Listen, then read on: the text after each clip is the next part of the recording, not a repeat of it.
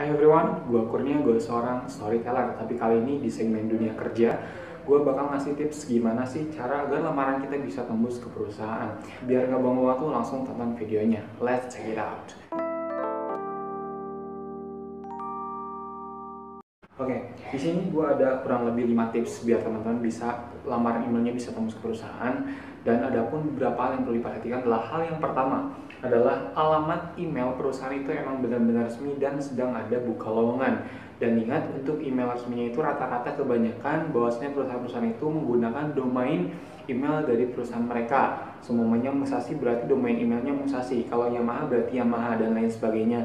Tapi nggak menutup kemungkinan bahwasanya ada beberapa perusahaan yang memang domain emailnya menggunakan Gmail. Jadi itu oke, nggak masalah, tapi ingat, jadi poin penting rata-rata kebanyakan kurang lebihnya bahwasanya perusahaan menggunakan domain email perusahaan mereka sendiri.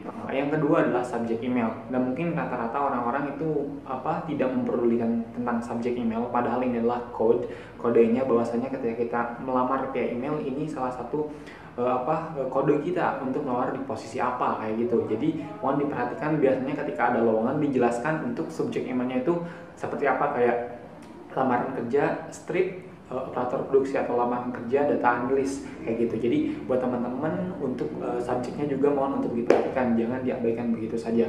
Itu adalah hal yang kedua.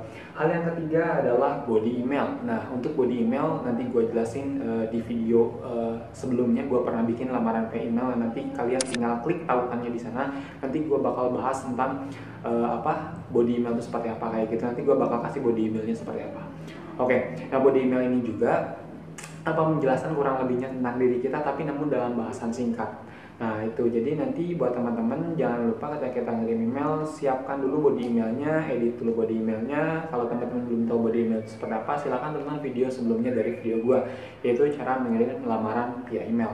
Oke, itu adalah hal yang ketiga. Hal yang keempat adalah berkas atau dokumen yang akan kita apply melalui email.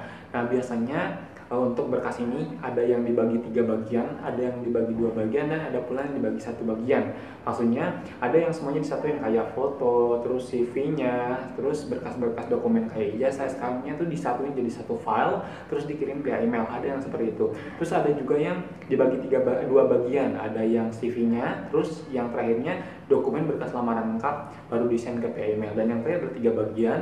Yang pertama adalah CV, yang kedua adalah foto, dan yang ketiga adalah berkas lamarannya. Jadi setelah tiga-tiganya dipisahin, terus di-attach file ke emailnya, terus baru dikirim ke email perusahaan yang sedang buka lowongan kayak gitu. Nah, dan saran gue ketika teman-teman mau share lamaran kalian, apply lamaran kalian sebuah perusahaan, silahkan minimal dibagi 2 atau dibagi 3. Karena apa? Biar size-nya itu nggak terlalu besar pula. Dan saran gue ketika kalian mau ngirim lamaran via email, silahkan untuk kompres size-nya dulu biar di bawah sekitar 2 MB. Minimalnya tuh 2 MB, tapi ada perusahaan yang nggak mau nyampe 1 MB malahan. Jadi saran gue, semakin kecil ukurannya namun kualitasnya masih oke, silahkan kirim seperti itu. Jadi jangan di atas 2 MB. Tapi rata-rata ada perusahaan yang mintanya malahan bahkan di bawah, harus di bawah 1 MB kayak gitu. Mohon diperhatikan untuk size atau ukuran dari berkas yang akan kalian kirim.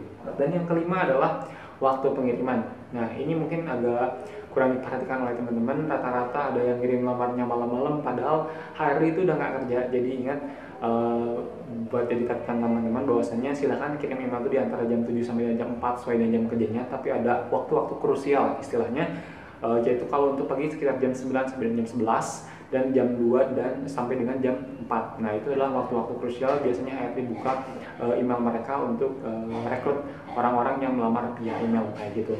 Nah terus juga buat jadi catatan taman buat teman-teman yang mengirim lamaran via email, bahwasanya ketika panggilan itu pasti di saat jam kerja, nggak akan di luar jam kerja biasanya ya, standarnya seperti itu. Karena soalnya apa? Karena kalau emang perusahaan resmi biasanya emang cukup di jam kerja aja, dari jam 7 sampai jam 4, rata-rata seperti itu.